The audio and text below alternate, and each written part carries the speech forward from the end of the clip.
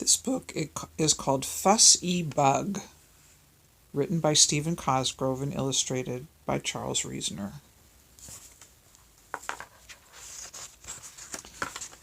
As you lay on a bright spring day in a warm and sunny place, don't look up into the skies. Instead, look down and squint your eyes. Squint your eyes so very tight, and if you look with all your might, you'll find the land of more than small, for in this land live bugs. That's all.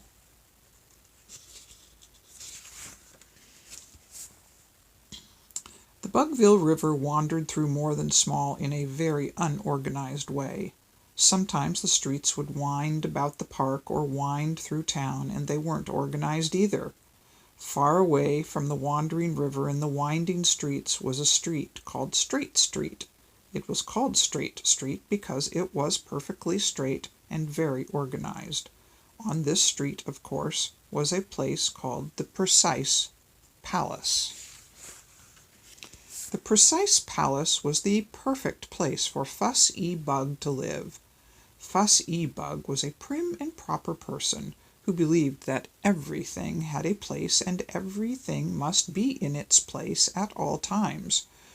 Her hair, each hair was in a precise location on her head. Her clothes were just so, not particularly so or so, they were just so. And every button was buttoned, every bow was tied, and everything was in its place.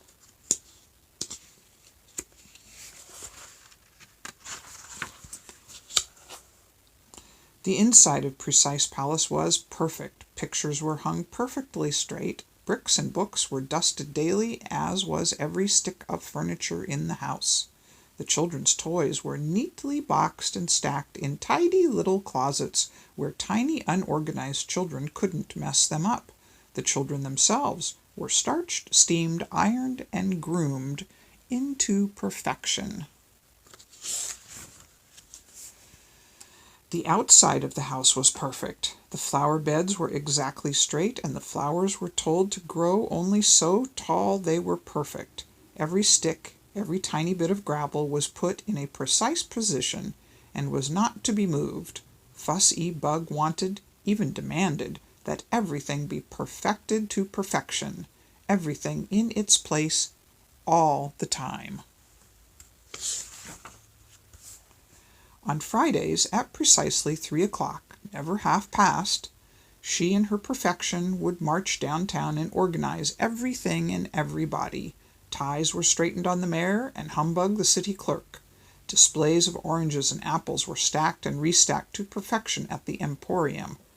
When Fuss-E-Bugg finished her march through town at precisely 4:05 p.m., the town of Bugville was perfect for a time.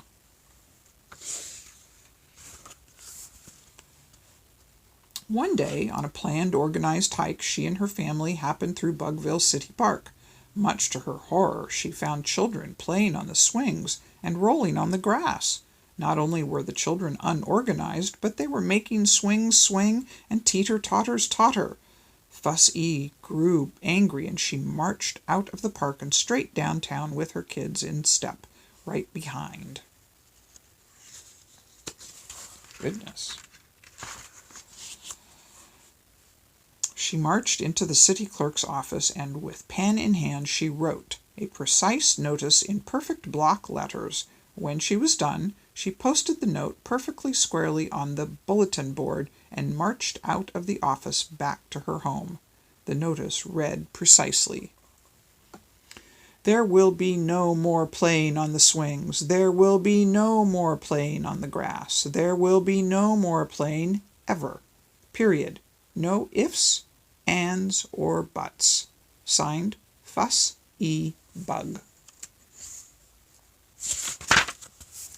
Well, the kids of Bugville were very upset indeed. They made up signs and marched on the home of Fuss-E-Bugg, the Precise Palace on Straight Street. They marched around the house chanting, "Open the park! Open the park! Parks are for play from sunrise to dark." All of this noise was very distressful for Fuss-E-Bug, who watched from her window, standing perfectly still. Fuss-E-Bug liked organization, so she organized a tea and invited the bug children inside to discuss the disorder at the park. She made them sit precisely on the settee, and then she poured exactly the same amount of tea into each cup and saucer, and gave each child one crumbless crumpet each. Then, from primly written notes, she presented a talk on how to walk in the park from daylight to dark. "But the park is for play," cried Cricket, a fun-loving bug with music in her heart. "There is no way to organize everything." "No way?" exclaimed Fuss-E-Bug precisely. "Show me something that I can't organize, and you shall have your play in the park." Oh boy, what do you think's going to happen? Cricket and the other bugs led Fuss-E-Bug and her organized brood down to the Bugville City Park. "See there," said Cricket as she pointed about. "The birds, the bees, the trees are there as nature planned them, unorganized and free." "We shall see," said Fuss-E-Bug primly, and she set about to organize nature. Oh my. She carefully organized into one neat pile the nuts that had fallen from the almond tree. She was just trying to teach the butterflies to sing in harmony when a chip bug or two raced down and scattered the nuts all around the tree again. Undaunted, she restacked the nuts and went back to butterflies who were fluttering in total disarray. She got the butterflies back on the branch and had just started humming to them with perfect pitch when back came the chip bugs, and away went the nuts. She began running in circles, trying to organize this and that, but nature wouldn't cooperate, and finally she stopped and looked and understood, for in the unorganized state of nature everything is perfect, precisely because of its imperfection.